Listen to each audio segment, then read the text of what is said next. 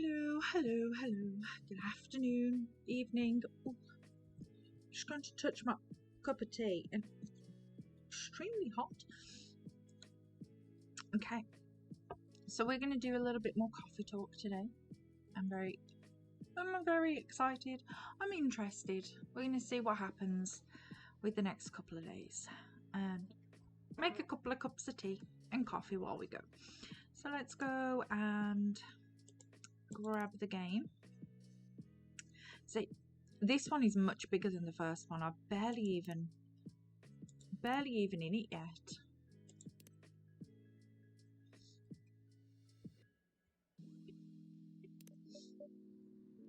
But other than that, how's your Friday been?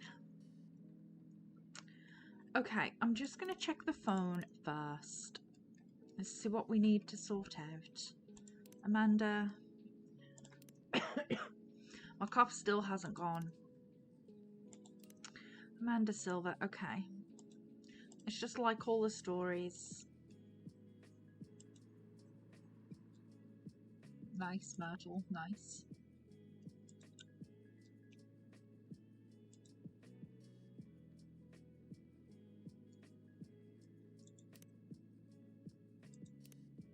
Okay. Somehow I feel like it's going to be a long, long night. Or not. Okay. Good evening. Hey, Misty. What's in my, I have a lanyard and a lighter. What's the lanyard for? Someone's apartment key, maybe. Okay. How are you? Not too shabby, I hope?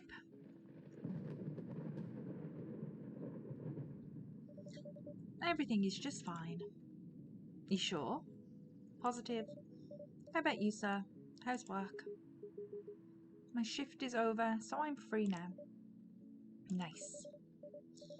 That reminds me, Mr. Hyde was here just the other day. Oh, that's right. Did he tell you the reason for his visit?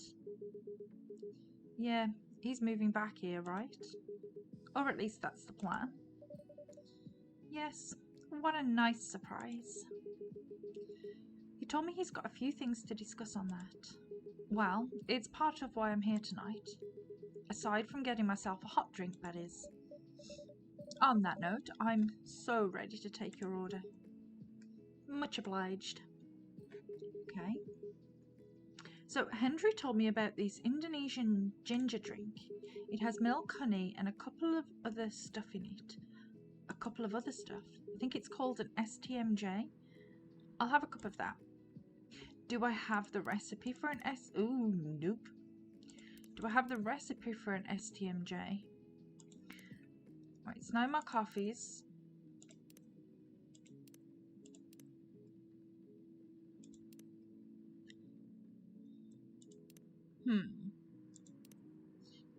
What did he say?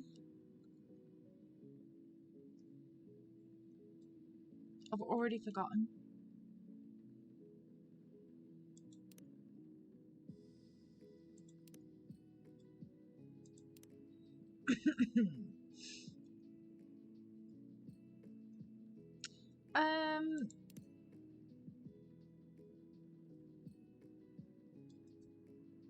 I'll try STMJ.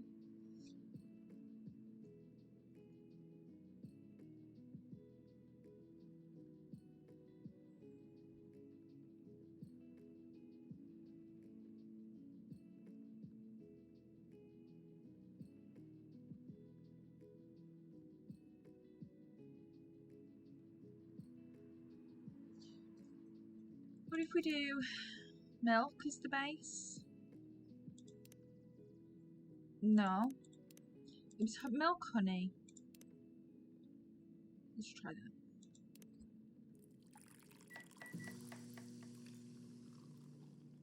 Honey ginger milk. No.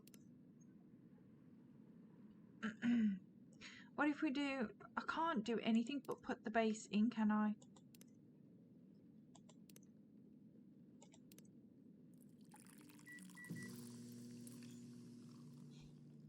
A lemony snippet. I mean, we could...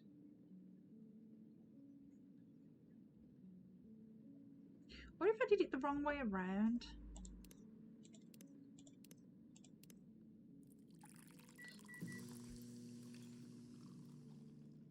There we go. One nutritious drink from the archipelago coming up. Okay. Right, that's a milk drink. Milk, ginger, honey. Okay. Cool, cool, cool. Thanks a lot. So what's in it again? It's a hot blend of egg, milk, ginger and honey. I did not put any egg in there. The drink's name itself is the ingredients. Susu, talor, madu, jahi, milk, egg, honey and ginger. No wonder it somewhat reminds me of eggnog. Albeit spicier and not as rich. But I can see why Henry likes it. Sure we can see why Henry likes it. Not a problem. It's a great stamina drink. He probably needs it to keep up with Rachel's work. You're probably right. As long as he remembers to take breaks. Maybe I should invite him for a drink here sometime. What do you think? That would be lovely. Then consider it done. You know what? I don't think Hyde will show up tonight. Oh? Why is that? When I called him earlier to confirm, he sounded a little annoyed. And it's not exactly great outside either. I thought he liked this kind of weather. Him, yes, his car, not so much. That thing wouldn't survive this kind of storm. Now that you mention it, you may be right. I used to drive him in that car back in the day. Did he ever tell you how old it is? Yep, gave me the whole backstory of it. Oh, I guess I'm just surprised he still uses it at all. The car clearly holds a special meaning to him. He was also quite sentimental about it, which makes me wonder if it has anything to do with him moving back here. What do you mean? He lived here before, right? Yeah. And he kept bringing up the past too.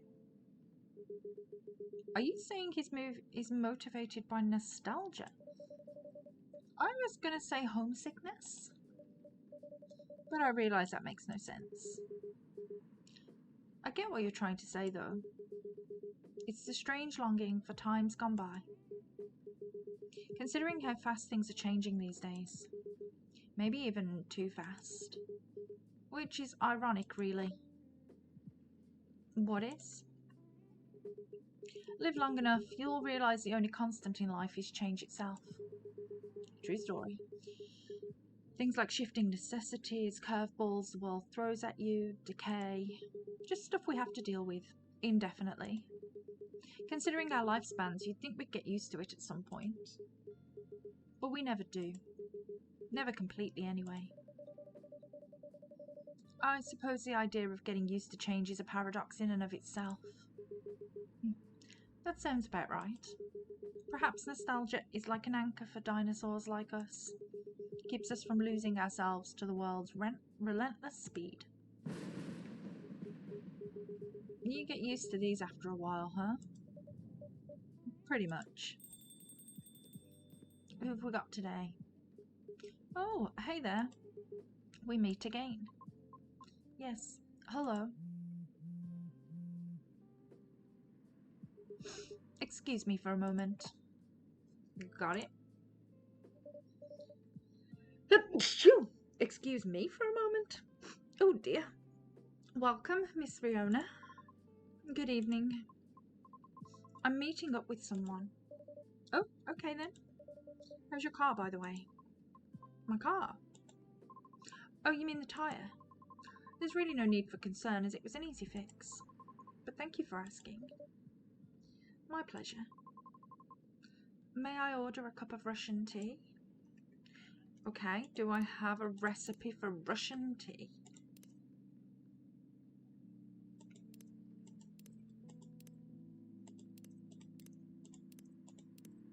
I do not have Russian tea by the looks of it. Okay, what do we think Russian tea might be?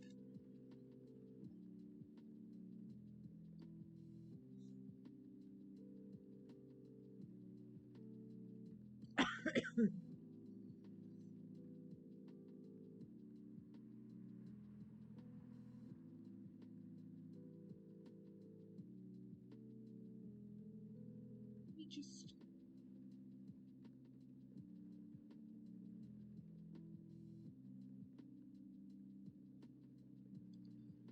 what would go in a Russian tea? So it's going to be tea. I would imagine it's tea, right?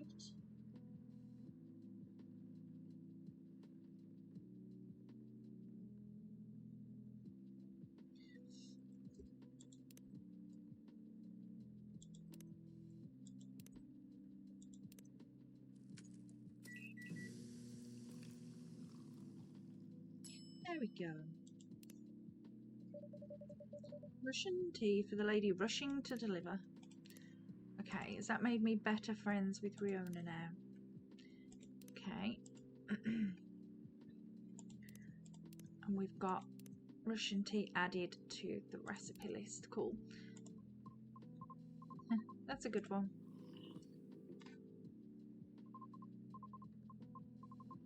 This is perfect, by the way. Thank you. You're welcome.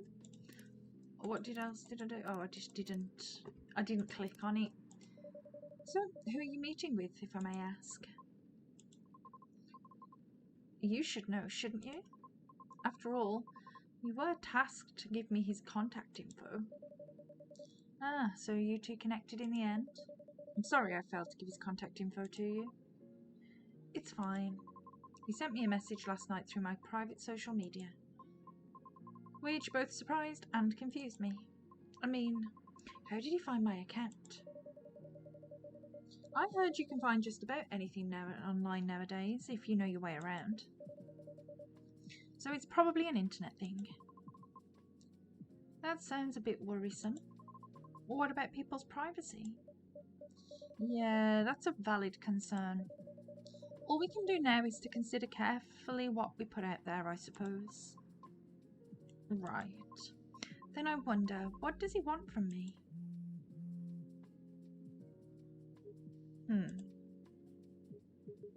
Yeah, so Hyde's not coming tonight. Probably for the best, given the circumstances. Is he okay? Yeah, he just wants to take it easy tonight. Understandable.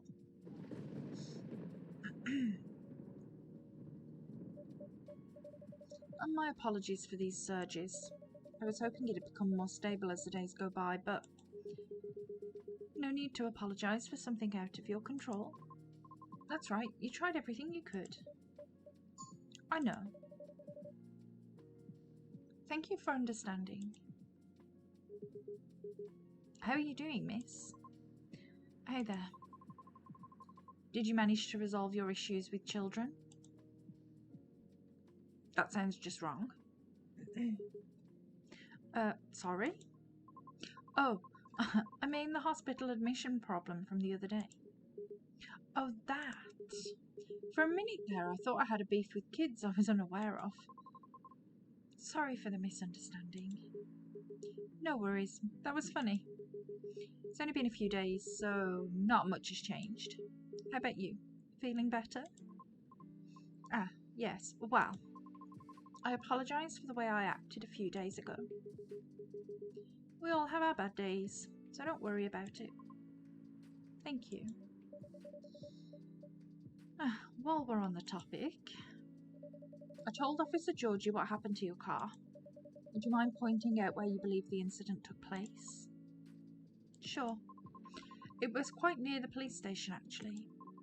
At a metered spot, just outside the now-defunct library. Oh, the vacant building at the Bourne intersection? Yes, that's correct. I see. So it was originally a library? You know the area? I know of the property, yeah. It's been abandoned for a long time now. But it's a heritage building, so I often wonder why nothing's being done with it. Since it's located in a very populated, culture-centric neighbourhood. That's true. There's even an art college nearby. Right.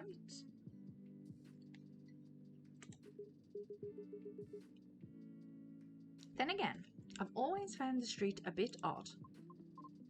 Odd how?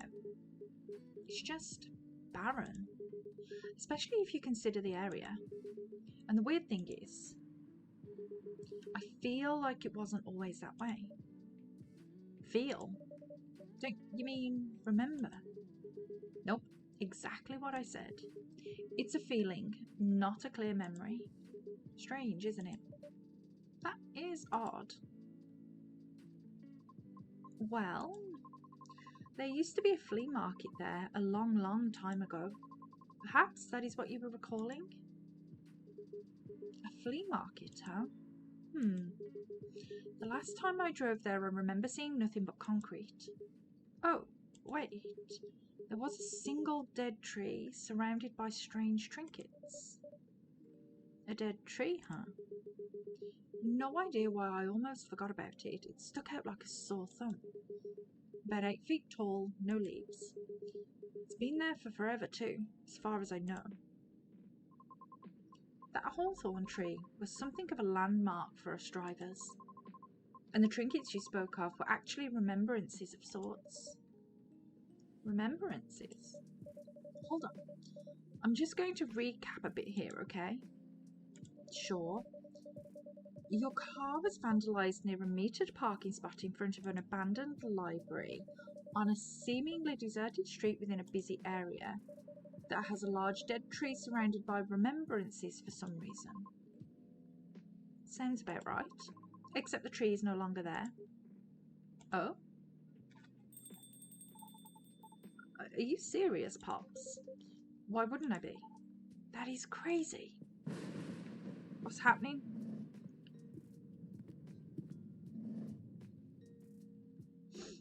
Oh, everybody's in today. Good evening, gentlemen. Hey, everyone. Oh, boy. Thought I'd be early, but you're already here, lady. Hello. Mistake for the love of all things holy. Tell me why my lighter is here. Well, you're in luck, because it is. Thank goodness. Would you like me to get it for you now? No, it's fine. I'm just glad to know it's here. Just bring it with my drink later. Sure. Let me know when you're ready to order. Cheers. Well, well, well. What's up, y'all? What's new? Evening, officer. we were just talking about the spot where Miss Riona's car may have been vandalised. Oh? They got your car too, lady? Yes, but it's not a big issue. Still, sorry you had to experience that. Where did you park your car, miss? I can send you the coordinates if you'd like. That'd be real swell. Got it. Okay. Oh. Is it within the area you expected, or? Pretty much. The same location where I parked mine a week ago. I see. You can rest assured, we already increased patrols in that area. That's great. But I am the only one doing it at the moment. That sucks. What's that? Am I hearing you, out of all people, doubting my skill, Misty? No, of course not. I just thought it means an unfortunate increase to your workload. Ah, well, them's the breaks, I suppose. Anyway, give me your strongest espresso, Misty, and don't forget my lighter. Strongest espresso. Let's do this.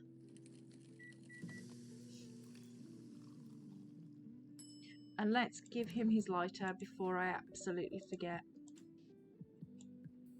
Hop it on the tray. And give. Oh, there it is. Thanks, Misty. You probably think I'm being silly. What can I say? It's my lucky charm. Yeah. It's borderline superstitious, I know. Don't you have anything of the sort? Well, I have good reasons to be superstitious. Whenever I don't have this with me, things happen. Right. Alright, here comes the strongest espresso in the house. Cheers. Yeah, perfect, as always. Are you ready to order? Might as well. I'd like something desserty, because it's my cheat day.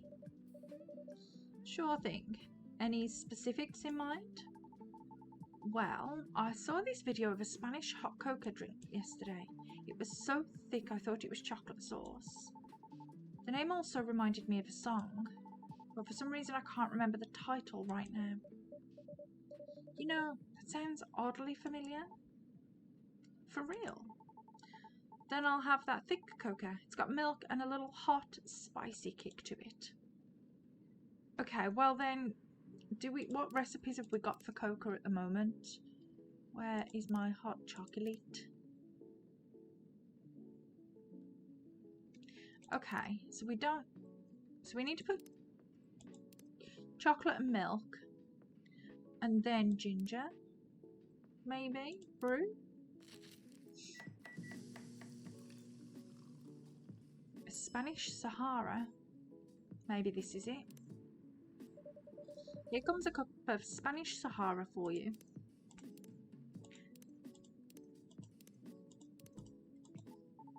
Oh, so that's what it's called. That's what we call it here, at least. Very cool. Then, bon appetit. I think this is it. Very tasty. Thanks, Misty. You're so welcome. So, Pops, just earlier you were telling me about your creepy patrolling experience, right? Or was it in the same location where the lady's car was? Creepy patrolling experience. Well, I don't know if I should even talk about it, because maybe it's just a tad too spooky, even for me. Nah, come on, what happened? Tell 'em, Pops. It's not that big a deal, honestly. Then all the more reason to talk about it, right? Maybe someone here will know something. You've got a point there.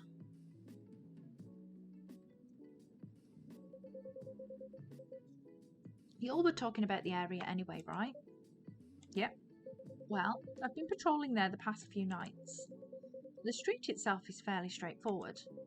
It's about half a mile round trip from the intersection and back. There's nothing much there either. A concrete sidewalk with metered parking spots, a fence here and there, and an unfinished construction site with a couple of CCTVs dotted about. No tree? What tree? There used to be a dead tree in front of the old library. Huh? Oh, that old dead tree. It was uprooted by the city back in January. Ah. The commercial community decided it wasn't really a good look. So when the city started a massive cleanup project last year, well, they simply voted to get rid of it. I see. Why? What's up? We were actually talking about it earlier, and being a decades-old landmark aside, could there be something more to the tree than just, well, being old? You think so? That's what I think after listening to Miss Riona.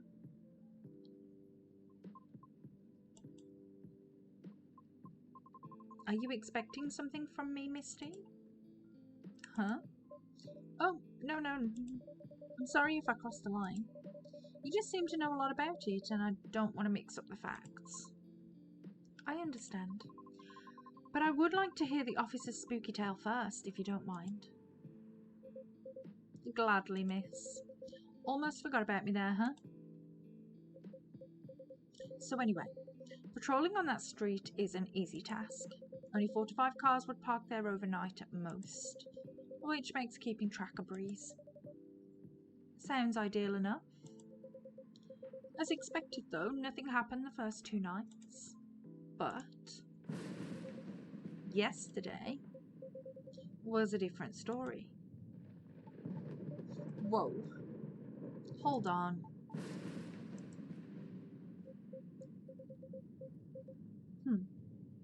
What a stage setup, eh?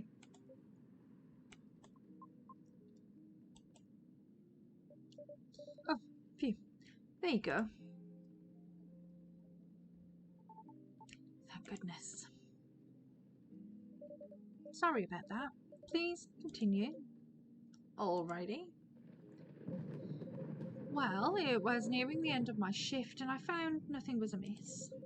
There were only 4 cars parked that night. 2 spaced across the street and 2 on the opposite corner, side by side. My plan was to leave after I walk one last round to make sure everything was okay. And a reminder, you can cover the whole place in only 8 minutes. Okay. Then at the end of my walk, I took a drag on my cigarette, smug as I was about to clock out, thinking 'twas another night job well done. Right. Wrong. As I was immediately faced with the impossible. 3 cars, 2 side by side, 1 across the street. All tyres flattened. That's 12 vandalised tyres for you. In a span of less than 10 minutes. That is so strange. It would take several minutes to flatten just 1 tyre. And that's if you're using the right tools.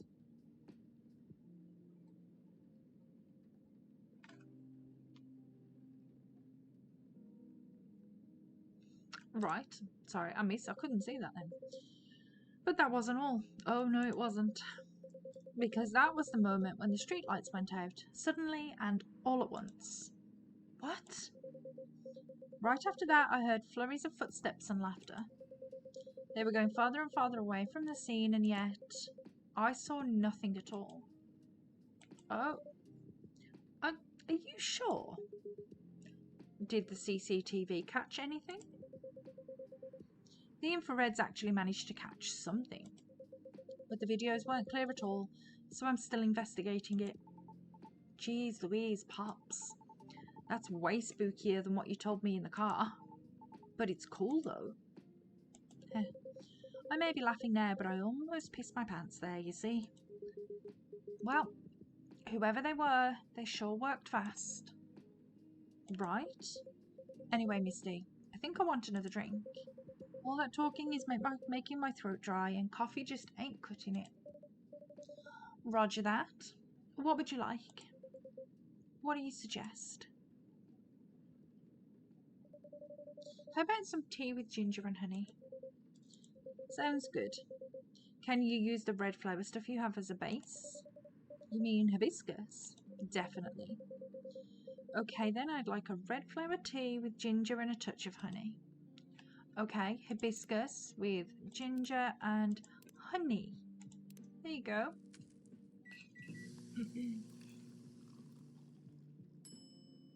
Oh, that looks cute.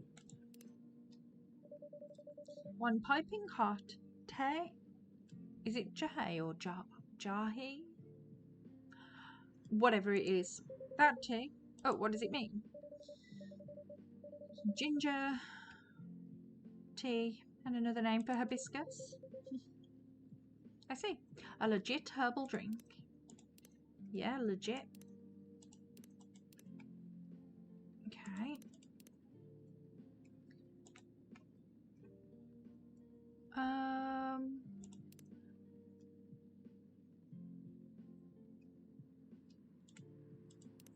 Cool.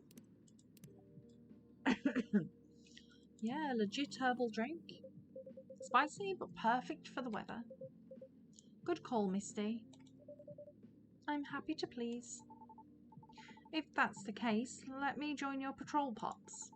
Because I'm not scared of ghosts. Real beings scare me more. Wait a sec, kid. What do you mean by ghosts? Huh? Jumping the gun a little there, ain't you? I don't know, Pops. Maybe it's even something crazier than that. This is a really serious problem, kid. Don't joke around like that. Sorry. Interesting.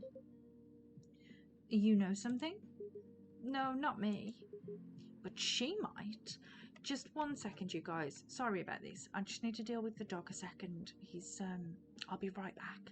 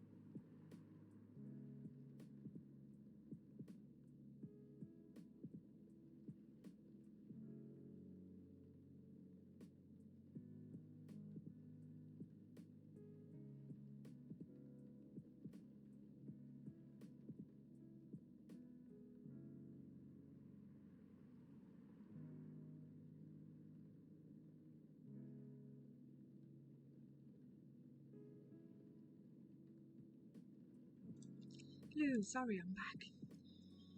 Okay, she might. That was what we were talking about. Right, the tree, wasn't it?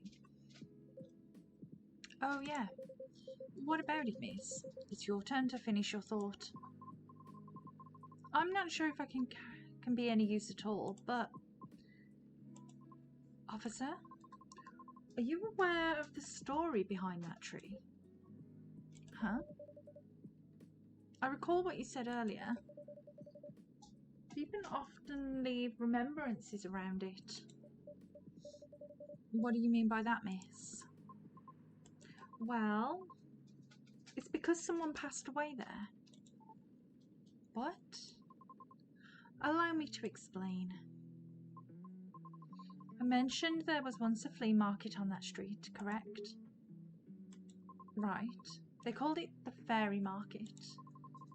It was unofficially set up by the transients of the community. Transients being the government's term for unregistered citizens, including all of the other uncategorizable beings at the time. Fairies were a part of that. Huh. I remember learning about it. After the war, the government made its first official attempt to sort things out. Organising equitable classifications was thought as one of the first steps towards civil peace, but it was oversimplified, inefficient, and not speedy enough. Was all that before the Vindication Act? Way before that. Many who couldn't register were basically in administrative limbo. What? That's as good as, like, not existing at all. Really? That's horrible. It was the main reason why the fairy market was created in the first place. To ensure transients' survival throughout the changing times. In more ways than one. The market had no real schedule, therefore, the start of Fairy Week would be marked by flowers strewn along the intersection. Just so people would notice and come and take a look. Sounds kinda too low-key, no? Because it was illegal, silly. Oh. And that was exactly the problem. The market ran day and night, its format unchanging. At the same time, the economy was slowly reshaping the landscape. People started to spend more, becoming reckless, while the laws were still shaky at best. Then a tragic incident occurred one night. A drunk driver was speeding and went off course, striking a vendor there. And the only evidence left of the crime was that tree, standing where there was no tree before. Wait a second. What? Why did I never hear about it? How long ago was this? The accident occurred in 1959, but the market itself was forcefully disbanded in 1961. Happened before I was born, huh?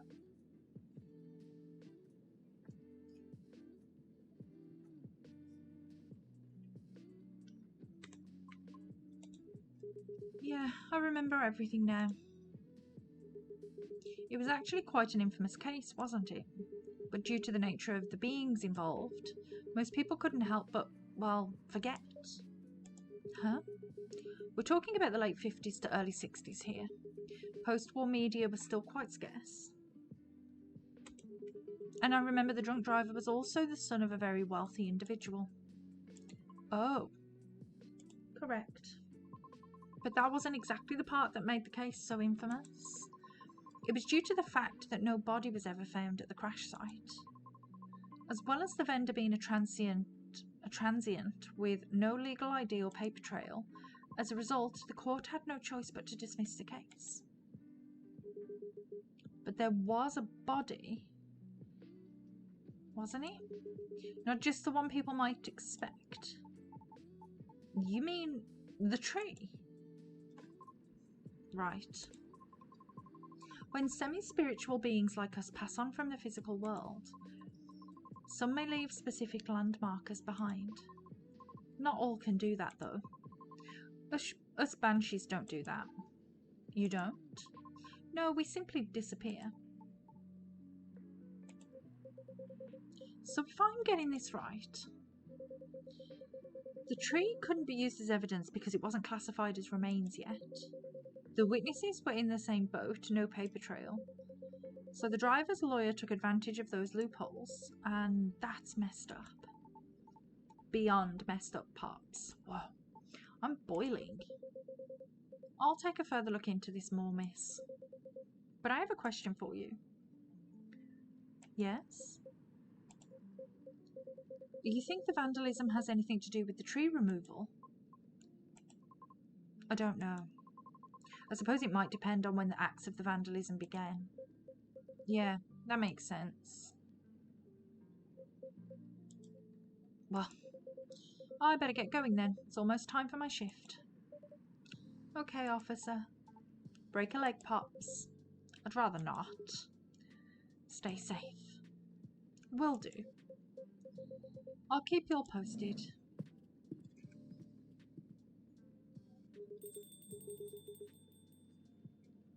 I better go as well. Got an early shift tomorrow. There's one thing I want to confirm though, if you don't mind, miss. Yes? It's about the fairies passing and how everyone ends up forgetting about them afterwards. I really thought that was just a myth.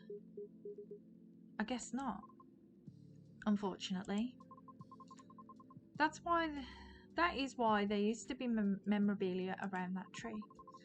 They were efforts by those who remembered to preserve the memory. But it wasn't enough, was it? Else we'd still have the tree. It really makes me question my memory. Are there any people I might have forgotten? Were there events I missed? It is quite scary to think about. For beings like us, being forgotten is inevitable. So, no need to feel bad about it. Is that so?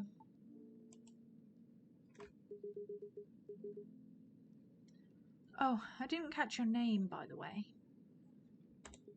I'm Gala. Oh, I'm Lucas. Nice to meet you, sir. Well then, nice meeting you. Good luck with your future auditions, Miss Fiona. Thank you. See you around. Bye, Misty. Take care.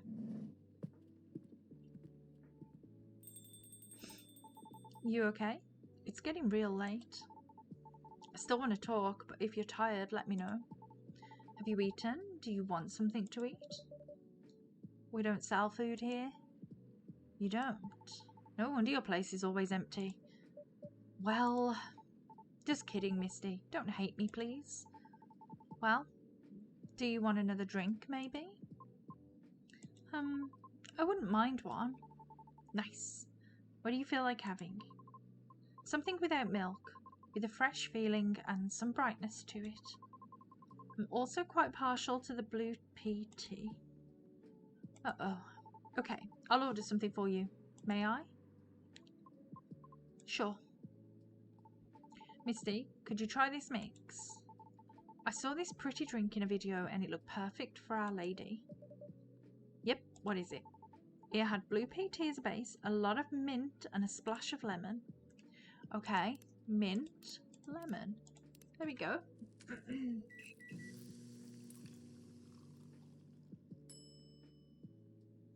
A galaxy mint tea. That looks well cute, actually. I want to drink that.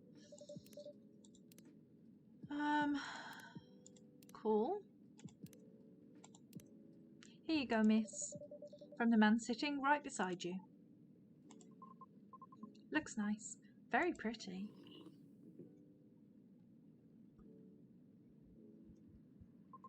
I like it. Thank you. I'm glad you do. And wow, Misty, it looks exactly like what I envisioned.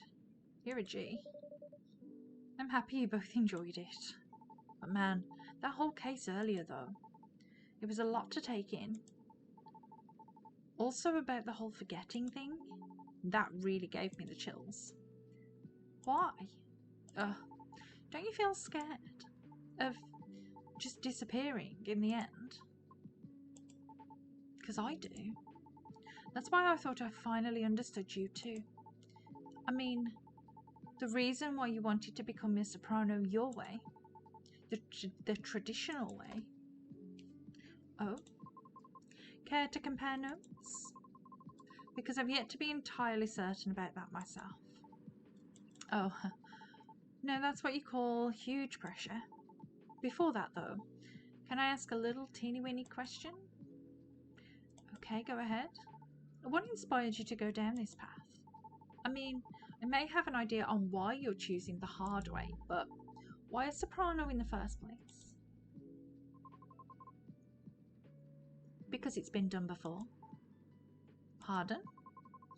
Because there was already a banshee who did it before, so I know it's not impossible. Whoa, for real? Her part was that of a sorbet aria, and she was not very well known. What is a sorbet aria? Oh, I mean she was a secondary character. Back in early 19th century opera, sorbet arias would be sung towards the end of the second act, usually before the evening ended. Hawkers would use the time to offer their wares for the last time to the patrons, often desserts, hence sorbet aria. Oh, I see. Like background singing at the end of a show or something. Yes. Things are different nowadays because people are expected to listen to the end. The first time I heard her voice was on an old recording of a comedy opera. I was still very young back then. She was playing a confused maid role at the very end of the opera, wondering why and how people could act so crazy when in love. But despite her confusion, she thought she wasn't so old that she couldn't find out the reason herself. It was a funny epilogue to the opera. But hearing a banshee sing such a playful and light-hearted piece, it was truly an eye-opener for me. Oh man, I bet it was. Sadly, I couldn't find any of her other works, but it always stuck with me nonetheless. So I left my commune and started trying on my own. That's really cool, and brave of you to do so. I agree. I've never talked about this before. It's a bit embarrassing. Nah, don't be embarrassed. I think it's super cool. You're just feeling inspired to push yourself beyond what's expected of you, and wishing to leave a mark on this world. Is that what you think? Uh-huh. You're just trying to follow a path that's been travelled before. And that's not always a bad thing, especially for beings like us. You're just being careful, yet courageous. Right, because the path you're choosing to walk on is still difficult. Regarding leaving your mark, I don't know. I just feel maybe you're the same as me. Like, what's the point of being born if nobody is going to remember us? Right, Misty? No comment. Aw. Why do you want to be remembered so much? Why wouldn't you? Us banshees see the end differently than most. So, care to enlighten me? I can't speak for anyone else, but in my case, I was a kid who grew up in a large family, you see. Like, humongously large. Literally couldn't count all my siblings even if I wanted to. Because they're everywhere, thanks to my dad. Oh. We weren't wealthy though, not even close. The money situation was always suffocating us, for real. But sometimes Dad would drop by to give us some money. Though it wasn't even enough to cover utilities for more than a couple of months. Then he'd just leave again a couple of days later. Are you the eldest? Nope. But my older bros had already moved out by the time I hit high school. I was so surprised when my dad gave me the house after he died. Oh. Which is where my mum and siblings live now. I'm sorry to hear about your father. No, it's fine. I mean, yeah, it was weird to receive the news of his death from an attorney, knowing he passed away by himself, and how it took them a week to find out. Oh, Natural causes, by the way. So, I mean, how did he check out with absolutely no one knowing? Where were my other siblings? What happened to his ladies? It was just so crazy to me. And I guess it kind of haunted me. Haunted how? My life growing up was filled with disappointment over him, you know? I mean it in the best way possible. My disappointment actually drove me to work hard for my family. I just vilified him in my mind, like shaking my mental fist at him. Gonna do so much better than you, sir, and all that. I see. But then I received the news that he left me the house. Like, I know he had no money. That house is probably one of the only assets he had left. So when he gave me the house in his will, all I could think about was, what went through his mind exactly? The fact that he had a will at all was probably already a surprise for you. Exactly. What am I supposed to think of that? What am I supposed to think of him? And does it even matter anymore? When he's already long gone? Anyway, so my older brothers came back, right? They wanted me to sell the house and divide the earnings. Wanting a slice of the inheritance pie, huh? You didn't do that, right? Heck no. That's why I left for LA. So if they really want me to sell the house, they have to chase after me. A good call. Thankfully, my younger siblings and I are pretty tight. We're a good team. That's a relief. But that was also why I needed money fast. I needed to send money to help with my family's bills. And of course, so I could stay alive as well. That was why I ended up having to join the production house. The production house? Yeah, it was like a bunch of content creators getting together to make videos every day. I was young and naive too, you know? Because it was my first time venturing to another state completely alone after all. So I didn't know better how predatory things could be. Man, this isn't even going to be an entertaining story. If you're uncomfortable, you don't have to talk about it. No, it's not that. I just really didn't like that production house. But I needed the money. Someone there saw my vlogs and invited me in. And as one of the youngest there, I tried to get along with everyone. But you see, we were all creators in the entertainment industry, right? Which means we all had huge egos. So naturally there was somewhat of a hierarchy of sorts. Trying to be all-round helpful turned me into the butt of the joke all the time. That didn't discourage me all that much, by the way. I mean, I also learned a lot there, not gonna lie. Still.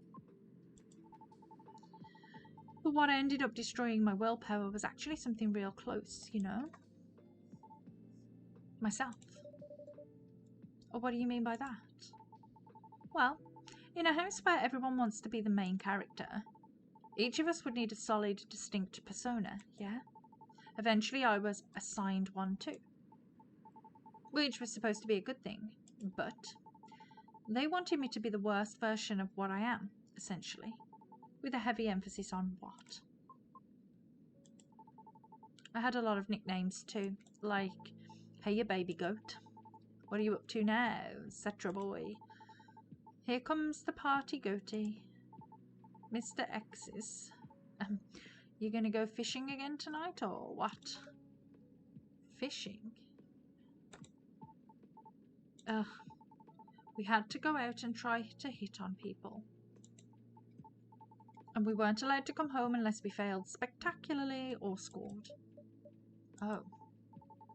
I always tried to be the punchline though. Because there were always more views when something ended badly. But it was still the worst because I really had to act it all out, you know? Bothering people for pretend dates. Sort of a dumb jerk just for jokes. Just so all looked fun for the camera. Even if scripted, I never really liked doing it, honestly. Because in the end, all of it just reminded myself of my dad, you know? And I kept thinking, does the apple never fall far from the tree after all? So yeah, the whole thing just really, really, really, really sucked. You had it difficult. Yeah. Well, long story short, being tokenized sucked. The end. No disagreement there. Sorry, I swear that wasn't what I wanted to talk to you about. It's fine. I actually learned a lot this evening. I just don't want to take up any more of your time. So can I just ask you a direct question? Sure. Great. Would you be interested in guest starring on my new show? I realised I was being dumb the day we first met. I kind of forced my thoughts on you and was just being a general smartass. I undermined your straightforward efforts because I was jealous of your solid resolve. Since everything I did was anything but. But you succeeded eventually, didn't you? And you worked hard for it. Yet, I almost ended up losing sight of why I'd been doing this in the first place. I went with the flow, made excuses a lot, all to justify the gain. But to what end?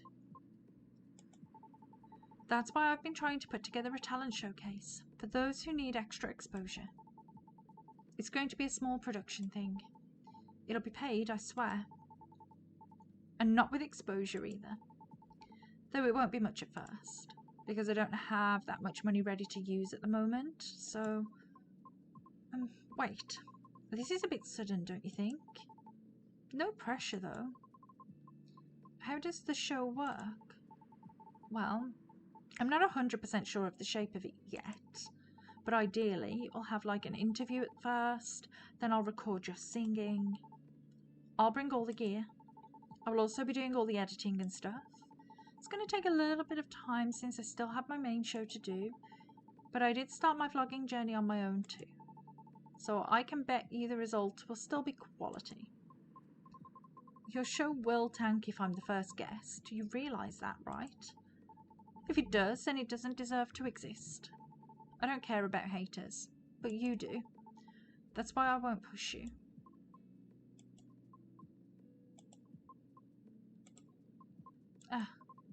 I'm flattered, but no thank you. Okay. Thanks for considering me, though. Thanks for giving it a thought.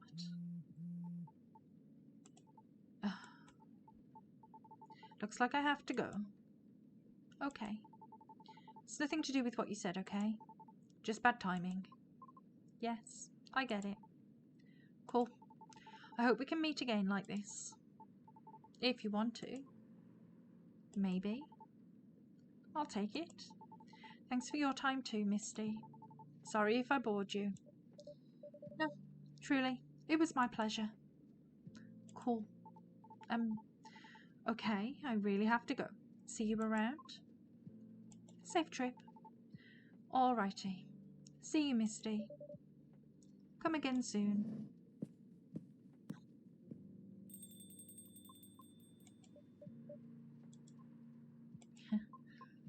I think tonight was the most I have talked in the past 2 years. And I'm quite glad to hear that. Thank you, Misty. For what? For being such a good host. I know I'm not the easiest being to get along with. It's always a pleasure to have you and everyone around. Then I'll be taking my leave. I feel like I have a lot to rethink. But I'll see you again soon. And we'll be waiting, always. Safe trip, Miss Riona, and have a good night.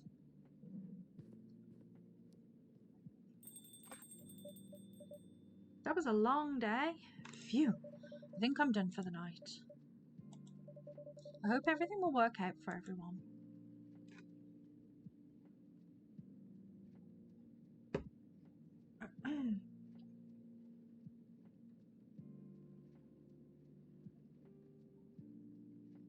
Okay.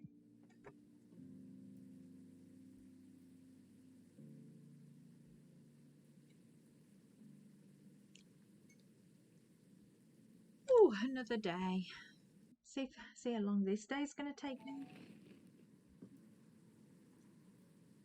Okay, what's in the Evening Whisper? World Golem Culture Center grand opening to be held in Bhutan. Lunar cell panel prototype ready for first test. Cool. Newcomer progressive elven metal band Avatar Tops US music chart. Okay. Wow, that's just... Huh. I thought there was more stuff in the drawer yesterday. Am I misremembering things? I don't know. What's in... My lanyard's gone. Ah. Ah.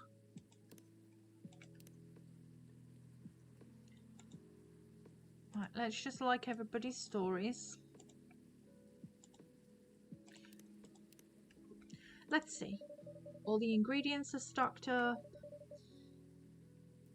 And the weather's keeping quiet, although it hasn't stopped raining since we started this. Looks like a good night to listen to some stories. Sure. Ah, hello. Oh, both of you? Good evening, Mr. Hyde, Mr. Gala.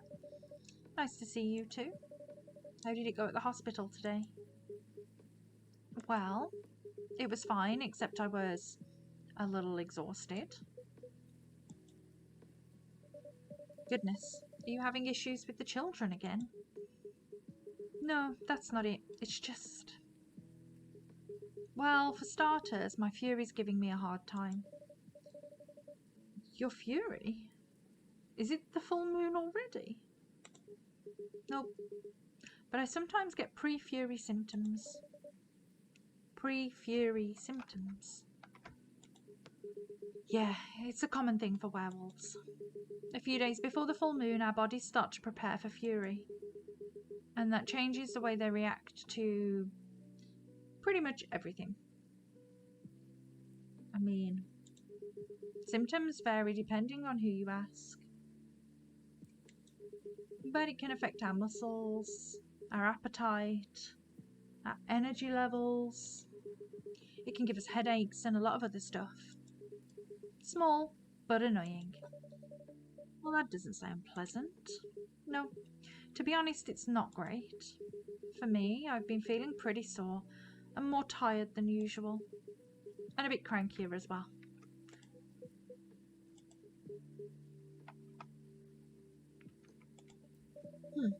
Is there a drink that could help you with that? I never found one, but if anyone can come up with it, it's you, Misty. Since Galahad can soothe your fury, maybe it would work pre-fury as well? Maybe. But I think it'd need to be more relaxing.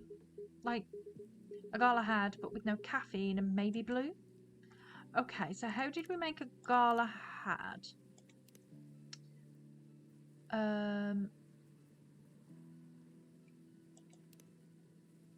Okay, so it's tea, milk, ginger. So pea, milk, ginger, pea, milk, ginger. Let's try that.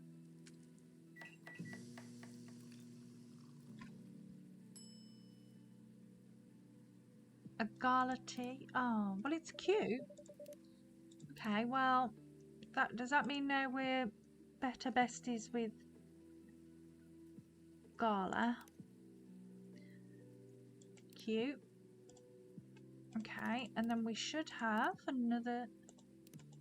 So we've only got one more blue pea recipe to find. Here you go, a Gala tea for you. Do you come up with these names on the spot, Misty? Ah, nope. It takes a bit of soul searching to tailor it to the situation and so on. That almost makes it sound like you know in advance what we're going to order. Call it a sixth sense. Right. Let's see how your sixth sense tastes. Ooh, that was a mouthful. Wow, this is excellent. Exactly what I needed. Very happy to hear that. Hyde hasn't spoken at all. What's with the long looks, you two? Did something happen? Actually, Misty, guess I'll just come out with it. I need your help. My help? Come on, I wasn't that bad. No, I was tired, so tired today I nearly fell asleep on the job. But most importantly, it's not good for you. Moping around, sulking, refusing to look at solutions. I've never seen you like this and I'm getting worried. There's nothing to worry about. You say that, but then you spend entire nights looking miserable. No advice I come up with is good enough. And Hyde, I'm barely keeping it together as it is. You should know by now how I feel when Fury's about to hit. I take it you two ended up chatting yesterday after all? You bet we did. After I walked out of here, I headed home and found this one. Lying on the sofa, staring at the ceiling. Looking so gloomy it sucked the colour out of the room. And it's not the first time either. It's a constant these days. Please help me help him, Misty. I'm at my wit's end. Mr. Hyde? Oh, fine. The truth is, I'm bored to death. Or I would be if it wasn't for the whole immortality thing. I'm nearing 40 years old, and I've never been this bored in my entire life. Interesting. You usually make it sound like you're much older. 40 years old in vampire years. I'm not saying how old that is in other species years. Eyes on the prize, Misty. Intervention first, gossip later. My apologies. Why are you so bored, Mr. Hyde? My job. What was that? My job.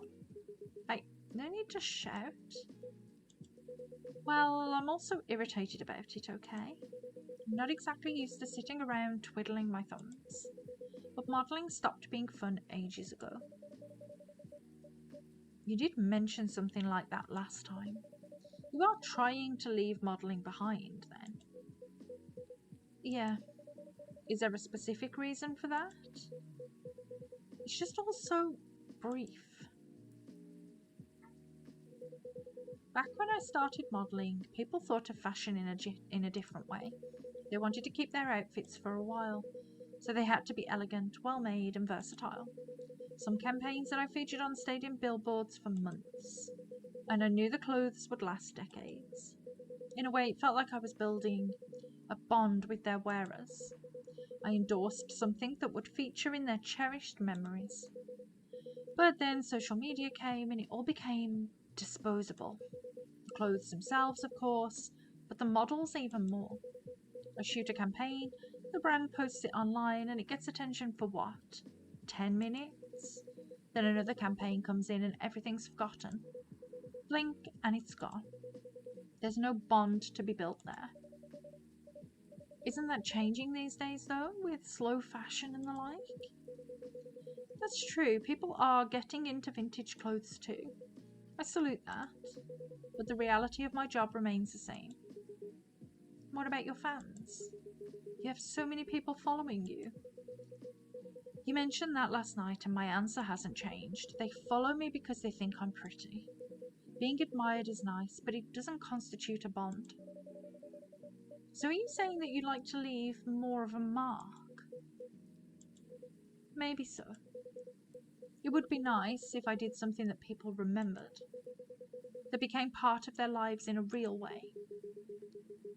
You do know you have people in your life in a real way, right? People who always remember you? That's not the same thing. Maybe you should study to become a doctor. Or something. That would make a real difference. No, thank you. The job still needs to be fun. Studying for 10 years just to exhaust myself in 14-hour shifts. Did you mistake me for a hard-working vampire? Do you see what I'm dealing with, Misty? It does seem to be a thorny issue. Perhaps you'd like to mull it over with a drink in hand, Mr. Hyde? Yeah, that sounds good. Why don't you give Hibiscus another shot, Misty? I'll give you a hint. Make it very, very spicy hibiscus. Well, What have we tried so far? Hibiscus. So what about hibiscus ginger?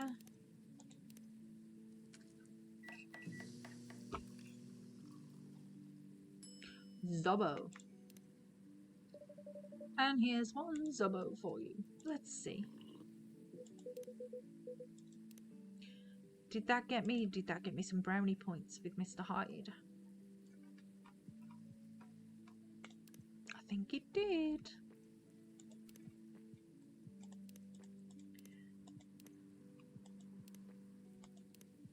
It's nice. Okay. You do know me well, Misty.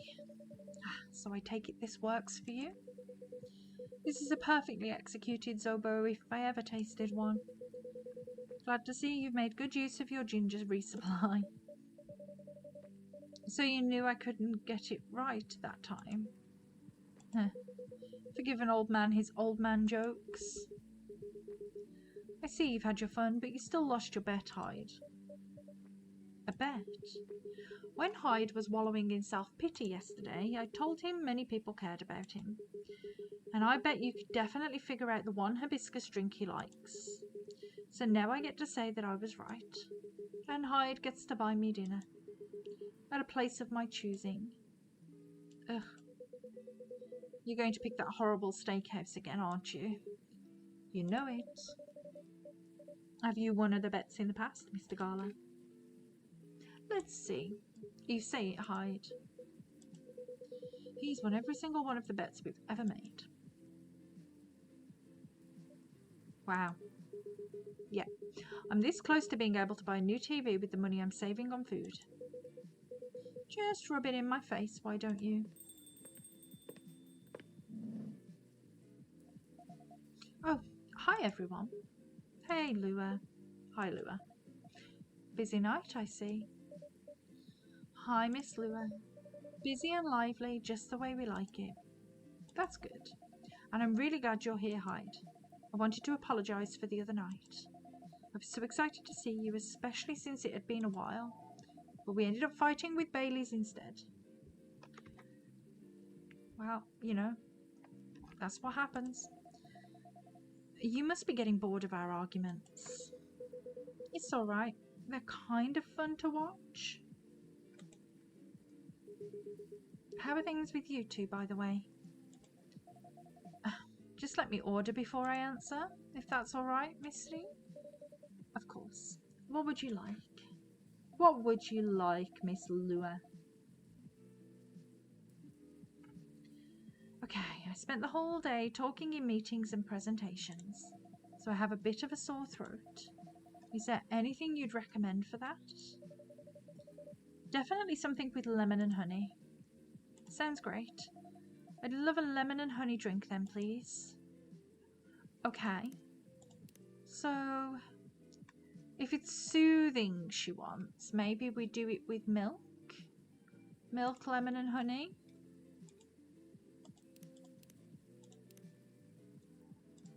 Let's try that.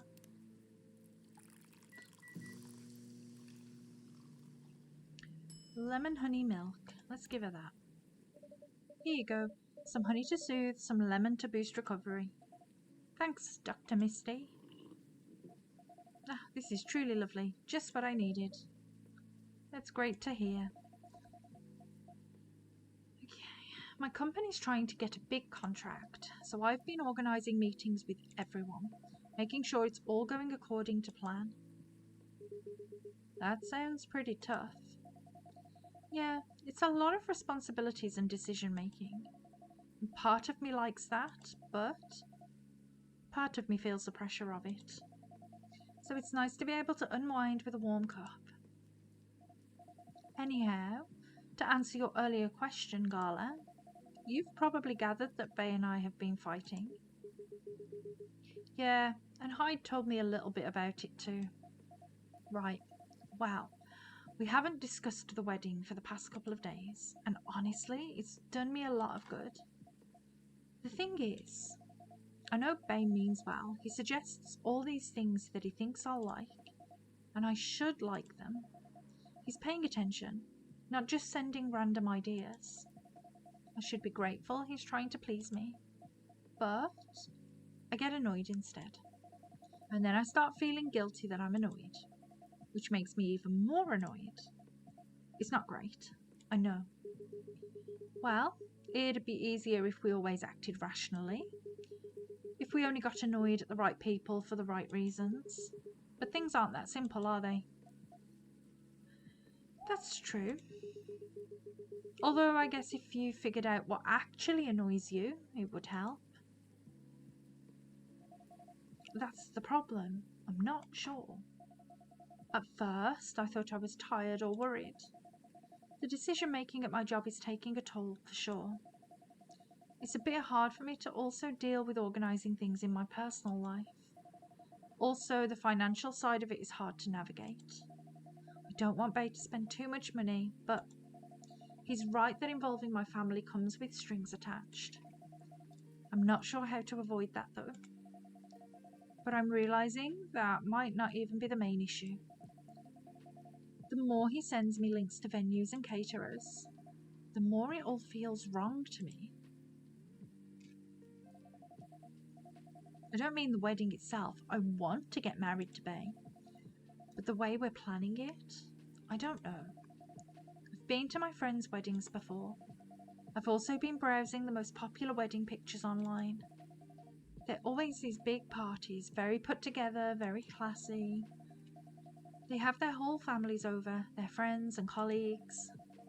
They rent these beautiful barns and they hire live bands.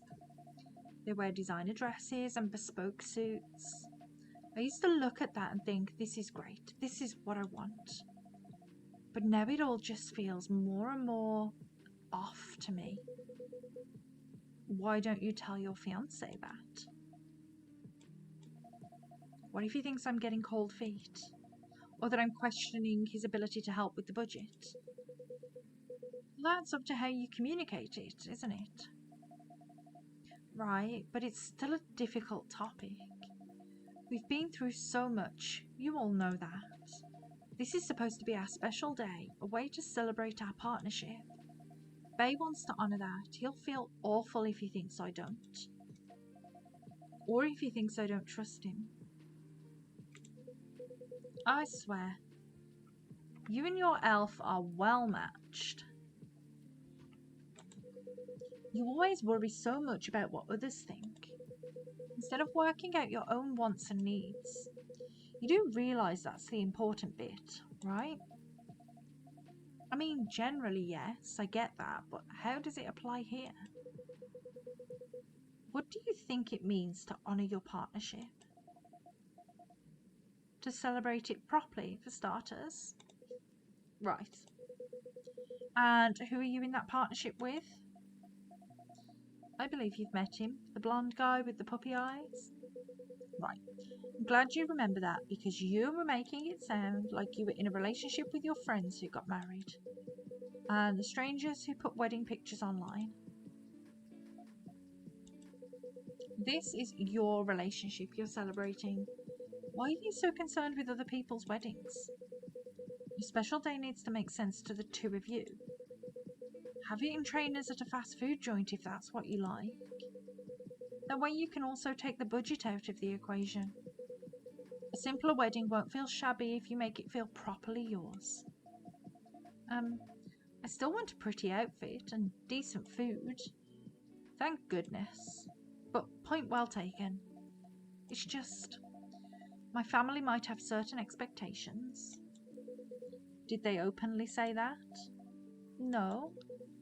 Then maybe they do, or maybe you just think they do. The only way to find out is to talk to them. Besides, isn't Bailey's also about to become your family? Are you sure they are the only family he's got? I'm not saying this to disinvite everyone, or to fight with them or anything, but you shouldn't put their needs above your own.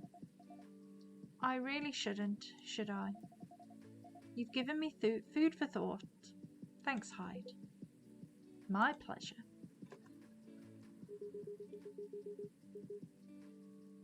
Amazing how you perk up when you give people advice, Hyde. Maybe you should become a therapist.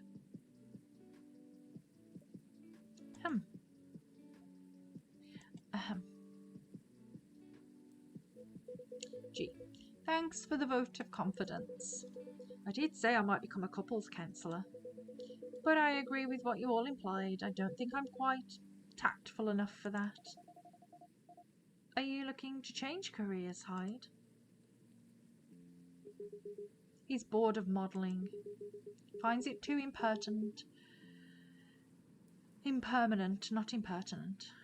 Finds it too impermanent. Wants to leave a mark. Wants to have fun. Just a very quick summary. Oh, I see. Well, is there any way you could make modelling fun again? I don't think so. Last time I had proper fun was maybe 20 years ago. What happened then? I was modelling a capsule collection for a young designer, and she wanted to take her own pictures. She got a studio, lugged the outfits there, found someone to do the makeup. Then she whipped out an old film camera, a proper relic. I hadn't seen one like it since the 60s. My granddad has an old black and silver camera with 2 lenses. Was it something like that? Yep, exactly like that. She said she preferred it because of the way it captured the light, and also because it was a slower experience. Something that would allow us to connect more. At first, I didn't think much of it. I started doing the usual posing, switching, posing some more, but something felt different.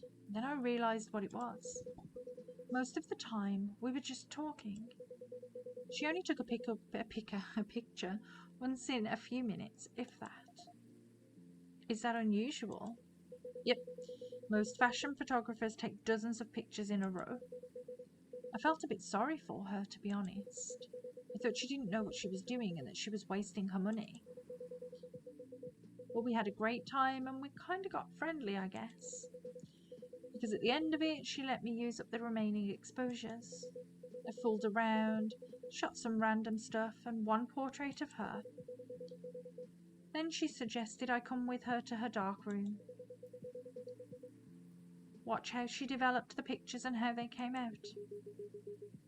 You did always have a fondness for dark places. Comes with the territory. But as for the pictures, well, they were gorgeous. First of all, I looked really like me, you know, a me I could recognise. But that's not even what stuck with me the most. It's the care she put into processing each frame. Working each picture through the chemical baths, hanging them, drying them. It was like watching a magic ritual. And her portrait, when she saw it, she got a bit emotional. She said she was used to being on the other side of the camera, and it was the first time she really liked a portrait someone took of her.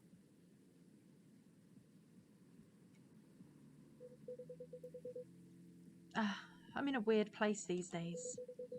It's not like me to tell these kinds of tales, or to launch into soppy monologues, really. Just forget it. No, I think it's a beautiful story, and it gives me an idea, I think, of another career for you. Please share, Lua, you'd be doing both of us a solid. Go on then. Well, maybe it's because I've looked at so many of them recently, but apparently film is making a big comeback for wedding pictures. It's what you said, it captures the light beautifully, and it's more personal, slower approach. Maybe you could try that. Who? Me? No, the other vampire who's looking for a new line of work. I think you've got the wrong guy here, Lua. I know I'm disgustingly sentimental these days, but I'm not that far gone. Attending one wedding gives me cavities, let alone several per month. Oh well, forget about it then. No, don't forget about it at all. It would be perfect for you. Come on, Hyde. I know you like to play strong and sarcastic, but you are sentimental. And you love to chat people up. You'd solve all the bridesmaids' drama and defend the parents. most importantly, you do something for these people that they'll never forget. They'll look at your pics their whole lives. If that's not leaving a mark, I don't know what is. You're assuming they won't get divorced? I don't know if this is the right topic for Miss Liver. It's alright. I know some marriages end in divorce, but that doesn't change anything, does it? Whether a marriage lasts for a few months or several decades, the wedding is still an unforgettable moment in someone's life.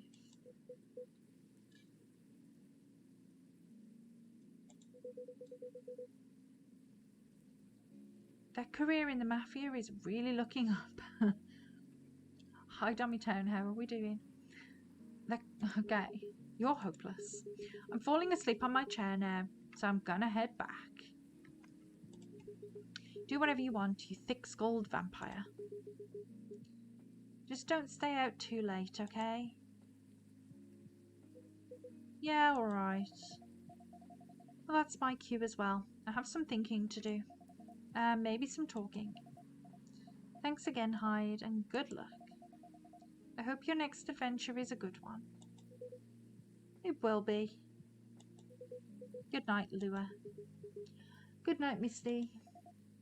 See you later. Good night, you two. It's just me and the vampire now.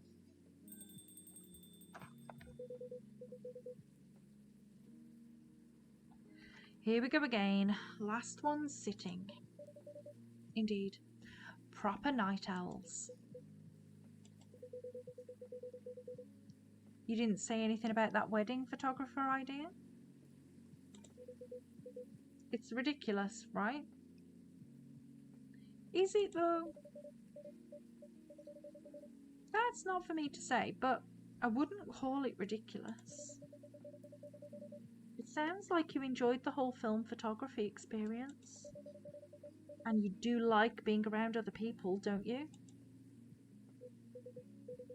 I do, sometimes, but I'm not a romantic. People get married.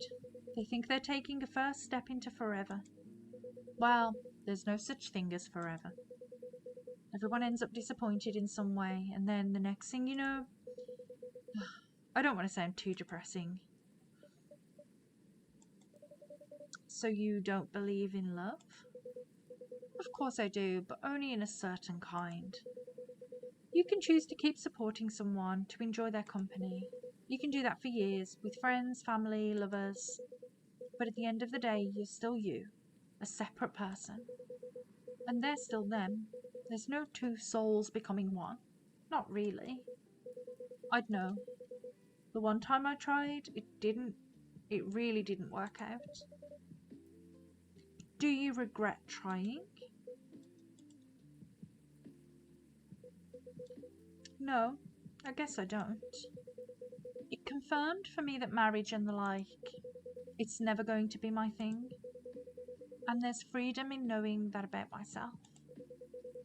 It's given me space to build other relationships that work much better. But at the same time, when I see people who truly believe it, people who walk into it, willing to share their lives so closely, even for most of them, it won't pan out. There's something beautiful there. Like watching a butterfly fly too close to a flame, or a flower bloom like it will never wilt. Well, in my case, I signed off my wings, but I'm still here. Singed. Singed, not signed. Singed off. And on that day, for that minute when I said we'd be together forever and meant it, I sure felt alive. If you know all that, then you must also know that it's something worth celebrating, and something worth helping other people celebrate. You're a tricksy one, Misty, and I'm too tired to fight your logic, which means it's time for me to head back. Of course, Mr. Hyde, and I meant to say, I appreciate our one-on-one chats. I hope we can keep providing you with a comfortable space here. Oh, it's plenty comfortable for sure. Besides, Well, it all boils down to this, doesn't it? The way time passes for me is very different than anyone else I know. Thank goodness, Gala is from a long-living species. But even then, he'll grow old before I do, eventually. The world will change 100 times. Technologies will die out. New technologies will come. I will feel again the way I feel now in a century, maybe two. And Lua and Gala won't be around to give me advice. The world won't wait for me. You will. Am I right, Misty? That is very perceptive of you, Mr. Hyde. You've grown to know me quite well. It's only fair that I know you a little bit in return. I suppose that's true. So anyway, I'm looking forward to that. To continuing our story. It's nice to know that no matter how much time passes, there's always going to be someone here rooting for me.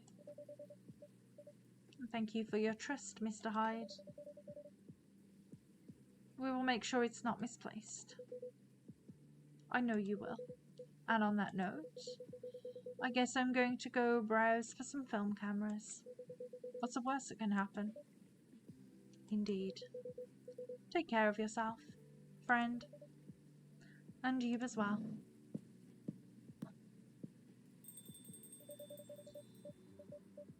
The world won't wait for you, Mr. Hyde, but some of us will. Okay. So let's just like the stories. Have I got... Ah. Got Lua. Okay.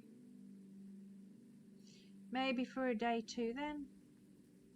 And day 3. What time am I on? Yeah, we'll do one more day. Chockabee.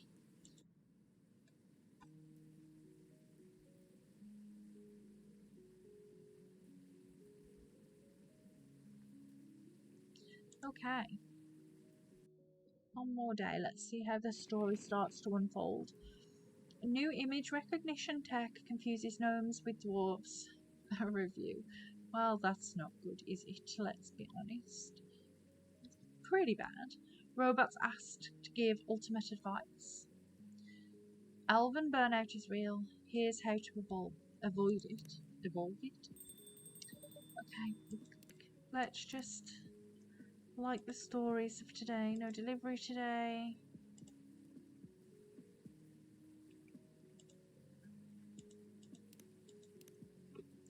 Good evening. Who is this? Hi, it's Officer Georgie. Officer, welcome.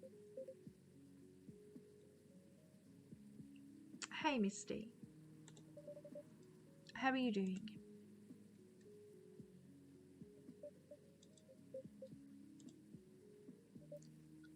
Officer? Oh, hey, sorry. My mind is kind of elsewhere right now. No worries. Work issues? What else? I'm all ears if you want to chat. You're a pal. I'm in a real bind, Misty. What happened? Well, never-ending workplace issues aside, things are getting weirder by the minute, and I'm feeling out of my depth. Are you talking about your recent patrols?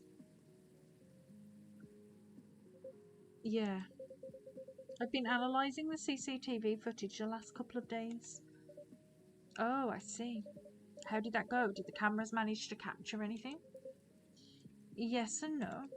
The infrareds caught a couple of blurry things. They ran off, turned a corner, and disappeared. Could have been anything, like rats or cats. But neither fits with what I heard on the scene. The footsteps, you know, the laughter. Come to think of it, it sounded more like giggles. Giggles? Can werebeasts giggle? Not at that size, no. Even if they could, it doesn't explain the footsteps, really. I see. Who's...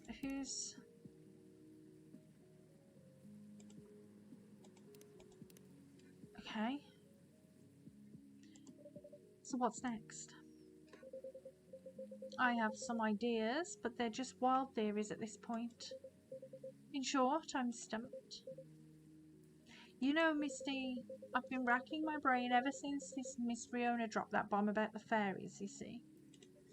Oh, what about them? As it turns out, fairies was an umbrella term for many types of beings.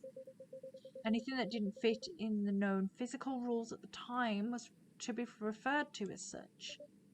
Oh, does that mean banshees were part of the fairy folk? Probably. Not anymore, though. It's an ongoing process, but the list is getting shorter. But back then, any sentient being that was even remotely incomprehensible was considered that. And that includes apparitions. Apparitions?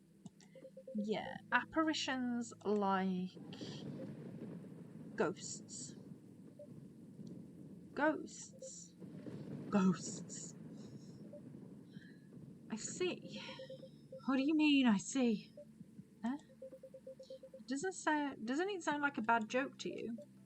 I'm not sure I follow.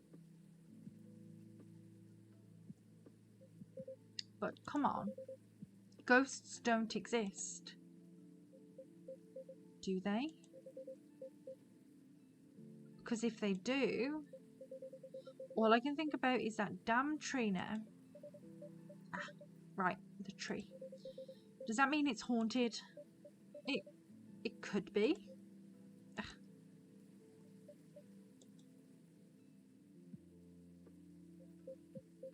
Don't get how you can be so calm about this. Huh? Well, why wouldn't I be? I mean, there have been all sorts of customers in here. Some of them are so out of this world even. Sometimes literally. You're right. I guess you're not the one who's being weird here. Don't say that. Everyone has their own... What? Peccadillos? True that. If you don't mind telling me, though, may I ask the reason you're so afraid of ghosts? Gosh, no. That's a long story. Not something I'm ready to talk about anyway. That's understandable. I'm just real bad at dealing with spooks. They make me question everything I've ever known, you know? But I've always thought you're pretty good at handling ambiguity, officer. Not when it comes to supernatural stuff. Because we don't know enough about what's real and what's not. What will they do? Will they hurt us? Do they bring bad luck? Good luck? What's the truth? Who knows? Maybe you should take a day off and catch up on your sleep. What's that? Nope, nothing. You know, another patron of mine suggested a documentary to watch. Yeah? The focus was on interesting drinks from around the world. You could find everything from the mundane to the extreme, from local comforts to really special stuff. And I kept thinking one particular drink might interest you. Oh? It is something like a protection drink. It's made of coffee, honey, lemon, and a slew of other ingredients. Protection from what, though? From evil spirits and bad luck, I think. Maybe it'll help ease your mind a bit. Ah, gotcha. But Misty, even if the whole situation is haunted, there shouldn't be any evil spirits, right? I wouldn't know. Okay, then make me this magical drink you've learned, Misty. What did he say? What did I say? It was honey, ginger, lemon? Oh no, I've forgotten already. No, it was coffee, honey, ginger.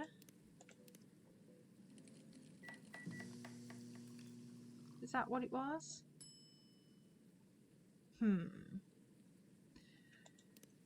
I'm not 100% sure of what I remembered now. What did I say? Was it honey?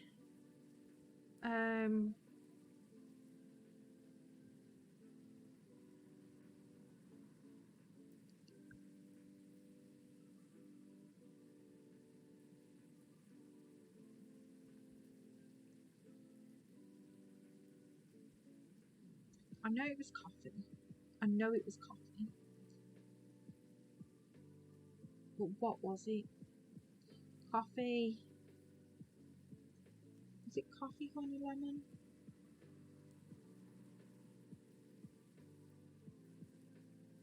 I think it was coffee, honey, lemon. Let's try that. Coffee, honey, lemon.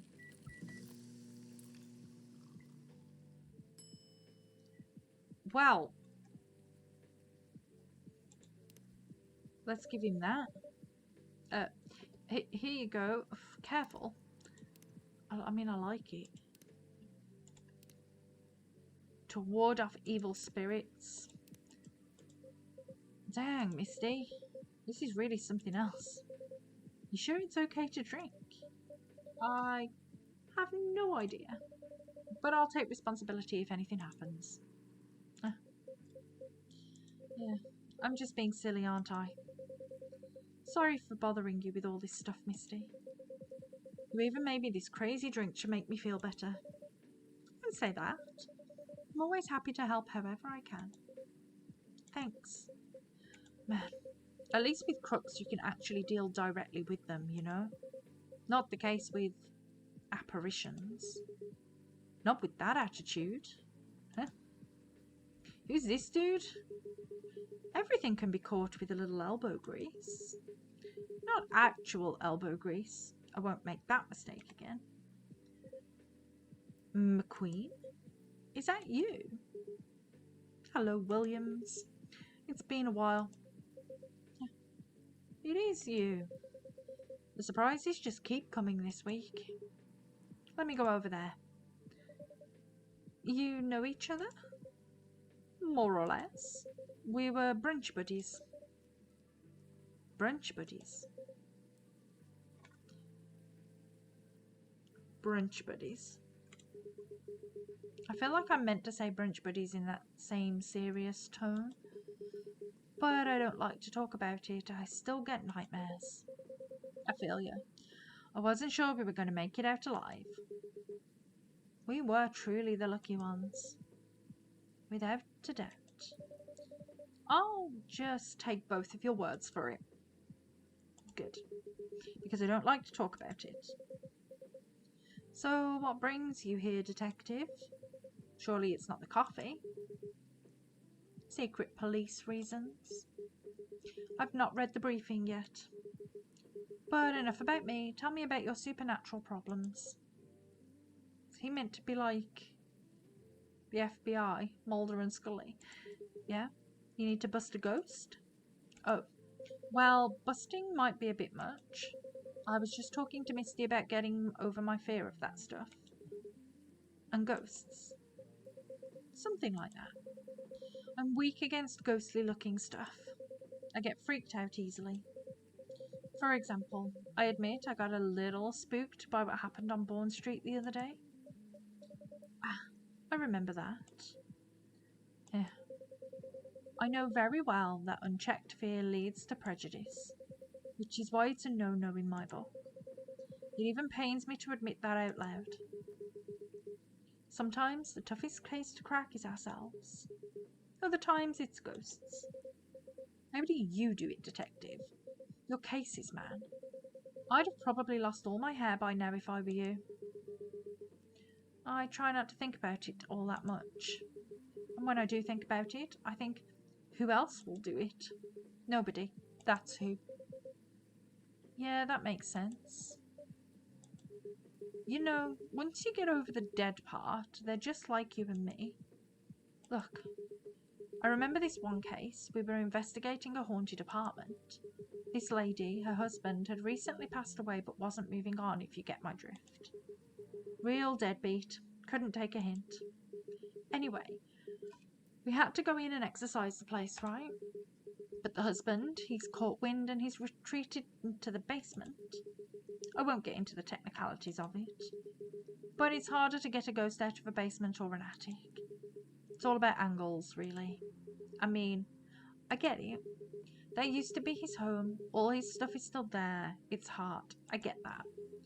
So I'm slowly going down the stairs to try and coax him out. Bam.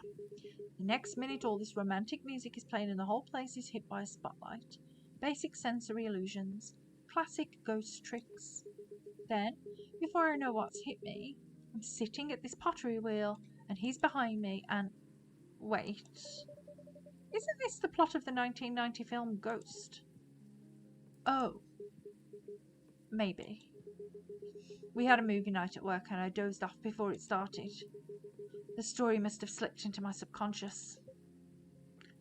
Riveting.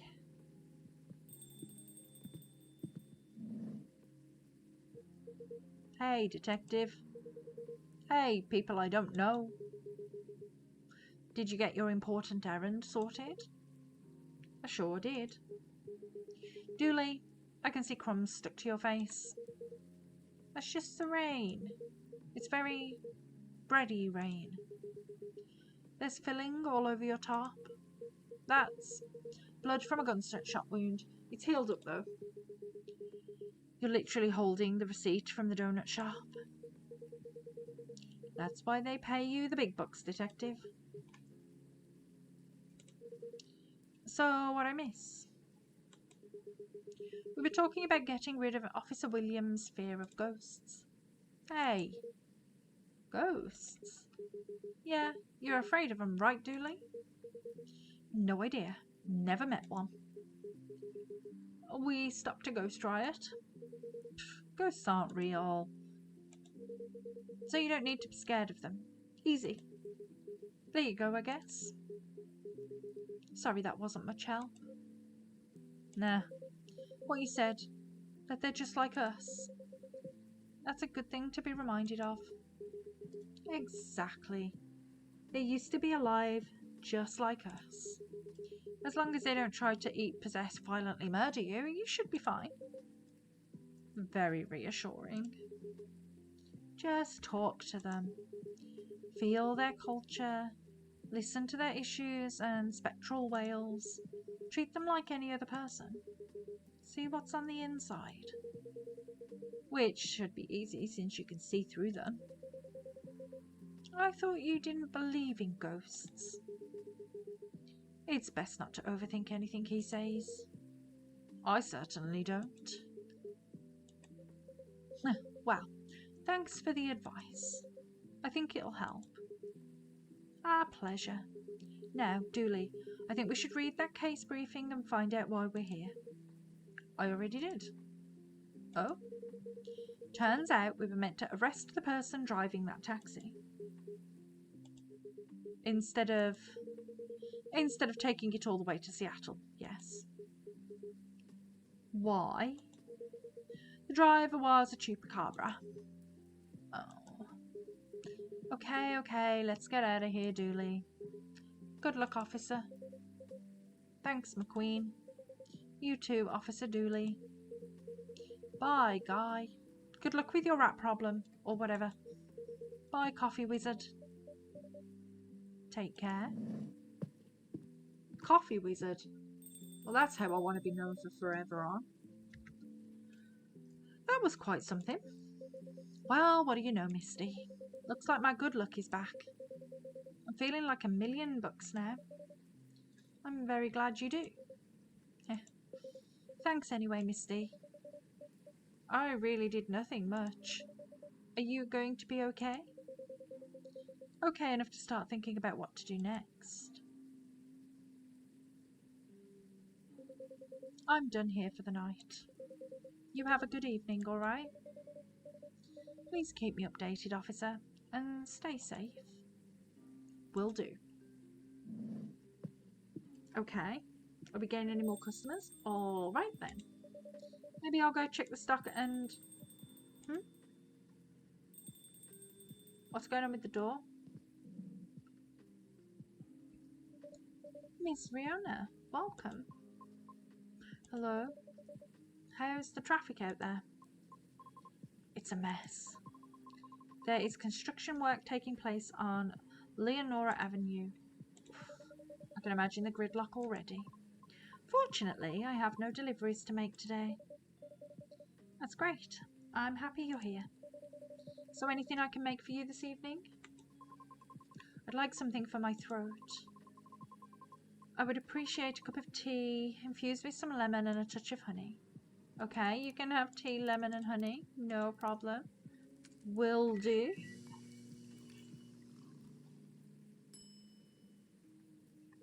Well, that looks cute also. Let's just get rid of my exclamation points. There we go. A cup of warm midsummer night's dream for you, miss. That's what we call it here. How whimsical.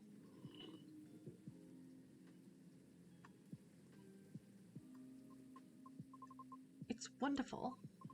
Sweet, but well balanced with the lemon, and the slight bitterness of the tea completes the taste. Thank you. You're so very welcome. By the way, you just missed Officer Georgie by a few seconds. Is that so? How is he? He's been thinking about what you said quite a bit, actually. Oh? He's currently dealing with plenty of clues he isn't used to. And that's why he's hard at work at the moment. I see. Bad traffic aside, how are you?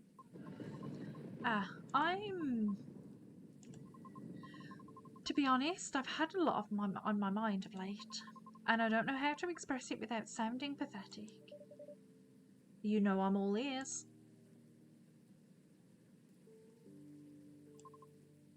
Oh, I missed that then. I can't go back, can I?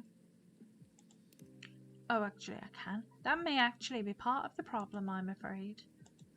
Pardon? You know, I've held conversations with more individuals over the past week than I have in the past few years. Is that a good or a bad thing? It's troubling. Oh, I'm sorry about that. I don't mean it necessarily in a negative way. It's just, I used to believe that I had a settled life objective, but I have been doubting it lately. How come? I finally heard back from Miss Rachel yesterday. Oh? Any good news? No. Our fields are admittedly quite different, so I was not expecting much. However, she provided me with some contacts who may be of assistance, even though they had no direct connection to the audience I am trying to reach. I see. She explained clearly why she thinks I should contact them, however. Well, that's nice of her. Which I am thankful for. That's very thoughtful of her. So, what's the battle plan? Why are you doubting yourself? In essence, the advice is to slowly increase my network, to make myself known. Oh? Sounds familiar, doesn't it? You can probably guess my concern about it. I think so, but could you give me a refresher? So I don't misunderstand. I feel like that would be a shortcut, so to speak. Right. She did, however, remind me of an important and humbling fact. What would that be? Well... Oh, but it's not guaranteed you'll get anything out of it, don't you think? Unless you're really, really sure the so-called shortcut is 100% gonna work. Because you'll have to do way, way more than just making a few calls and waiting for callbacks, you know? I'd say that's a decent impression of her. Thank you. After that, she told me a story about her early career experiences, both the good and bad. Getting noticed is truly only the beginning. Then it is either a matter of letting your talent speak for you, or you go out there to develop connections with the right people. Even then, there's still no guarantee of success. After listening to her explanation, I respect Miss Rachel's determination. I could certainly see how it worked out for her. But then I was left wondering whether Mr. Lucas meant something similar during our first meeting. Right, I thought it all sounded familiar. Will you try her suggestion then?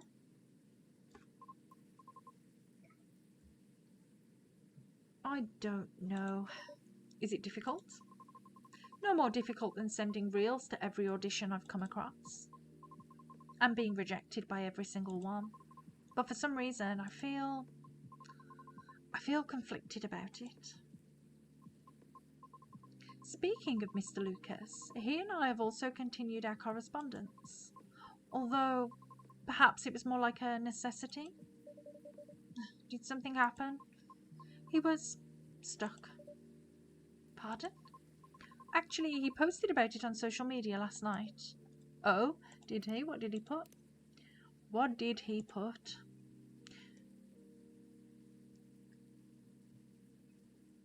Hungover? Oh, I might have seen it. Did you? I came across it when I was updating my schedule and responded out of concern. Then he called me almost immediately. He was loud. All sounds in order. And extremely drunk. Really? He denied it at first, but it was too obvious not to notice. He told me he was walking aimlessly, deep in thought, and entered Kerry Park without realising he had done so. Must have been some deep thinking he was doing, because I think it rained pretty hard last night. Well, I wouldn't know. The bus to and from there is currently not operating after 10 p.m. Which is why I sent him a message informing him of that fact, as he seemed to be unaware of it. Right. So he called me to ask if there was any other mode of public transit nearby. Wouldn't it have been easier for him to just call a cab? He told me he wanted to know the city better. At midnight? Why not? After all, you operate your business after dark yourself. Touché. Perhaps he just didn't want to go home yet. And I might be mistaken here, but I thought he doesn't like drinking. Wasn't it partying? Nevertheless, I think last night was quite different. It appears he had dinner with his team, and he needed the extra courage in order to negotiate with them about his proposed new direction. Oh. I see. I suppose it didn't go as expected. Perhaps. And I know that feeling all too well. Miss. However, he said he will keep negotiating until they reach a compromise. That's good. Is it, though? Miss Rachel told me about the hoops she had to jump through at the beginning of her career with her teammates as well. Likewise, Mr. Lucas has had to work hard to obtain approval from his team for his actions. How can they still be so positive? What do you mean? I just cannot picture myself convincing others to give me a chance like that. I almost wanted to ask, why do we have to be at the mercy of others in order to succeed or fail? Can't talent speak for itself? But if I truly believed that, with the number of rejections I have received so far, I should have stopped a long time ago, shouldn't I? Right, that's why it doesn't work that way. What do you mean? To let talent speak for itself, we would all have to have the same standards. I see what you mean. Art would cease to be art if it was standardized, wouldn't it? However, doesn't that imply that everything still depends on the whims of the individual judging you at that moment? How does someone like Miss Rachel or Mr. Lucas manage to be fine with that? Find the time to be fine with that? Perhaps because they don't see it as their be-all and end-all. What do you mean? Rather than viewing them as judges with the authority to determine their fates, perhaps they simply see them as hills to either overcome or avoid, if that makes sense. Just a matter of perspective as to where the power lies. But it's not easy to climb those hills, especially if you've never done it before. Therefore, it's good to try and find out what works for you, or ask for guidance or assistance even. Because one can't possibly know every single way to overcome obstacles. or be able to safely recognize warning signs without first learning about them from others. Is that what you're trying to say? I see. Still.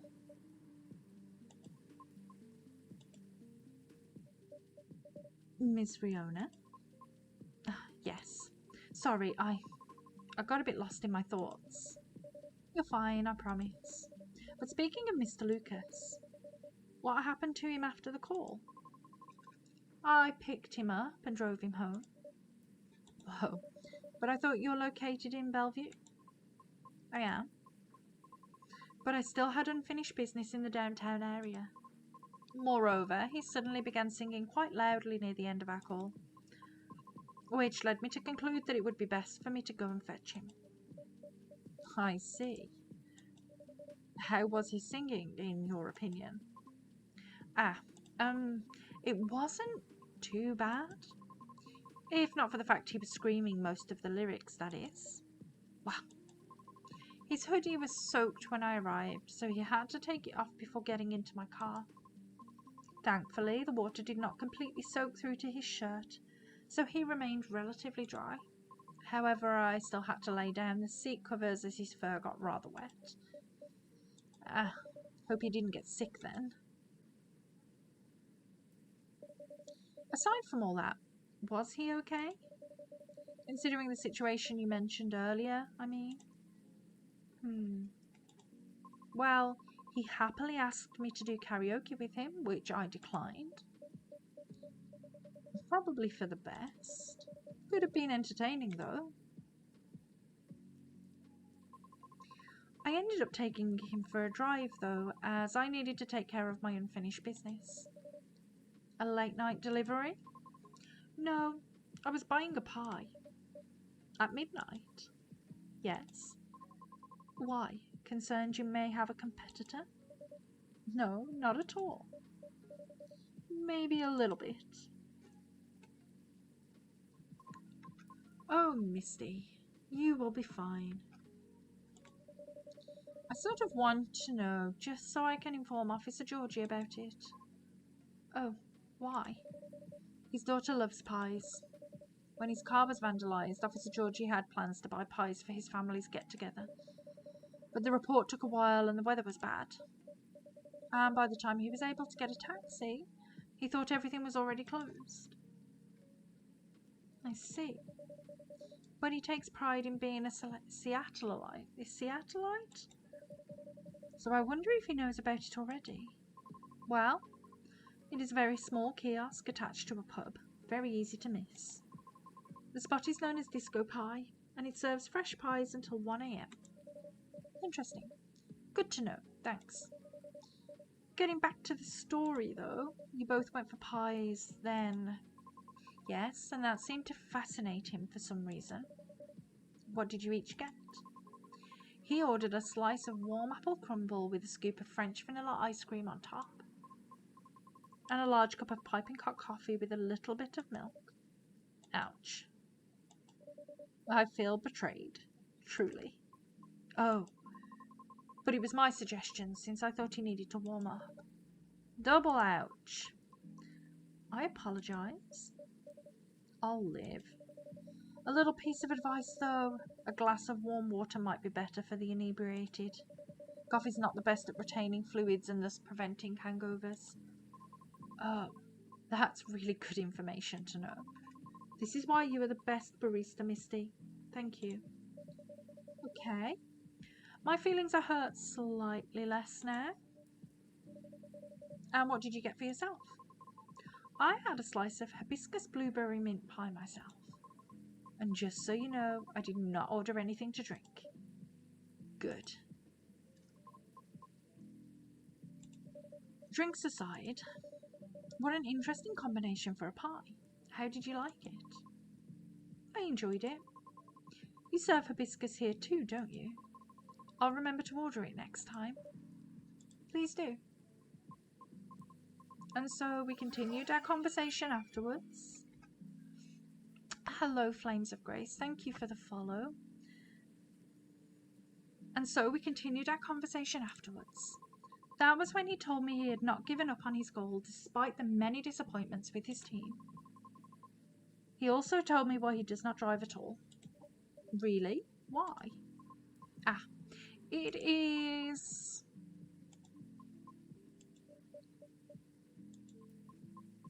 On second thought, it may be better to hear the story directly from him.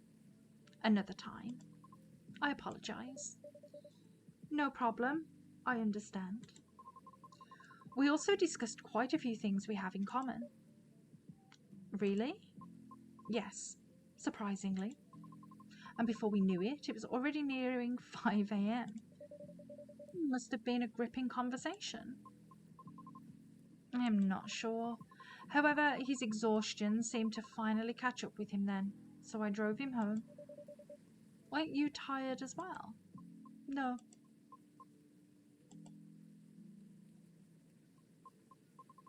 I should go now. All right. Will you be okay? I have a lot to think about. Thank you for being patient with my concerns, Misty. No problem at all. Anytime. Have a good evening then, Misty. Okay, come back again soon. Is that it for the night? Okay. That is it for the night, and that is going to be it for me, I think. I'm just going to get to the point where we can save before my throat completely dries up from all the talking. There's something about just reading the text that completely dries me out. Alien sightings increase. Is this an invasion? At least it's pretty. Researcher responds over alleged algae invasion. And Dwarfier attack sums up with Golemix Industries, teams up, not sums up. Oh, I can't even read anymore. To produce self-healing concrete technology. Okay. So I want to get to save. We're going to save here. And then we're going to go and find someone to raid before we log off. Where are my buttons? Where are my buttons? Okie dokie. Let's see. Let's see if anybody else is anybody else playing this at the minute. Okay, there's a few people playing. So let's go and raid.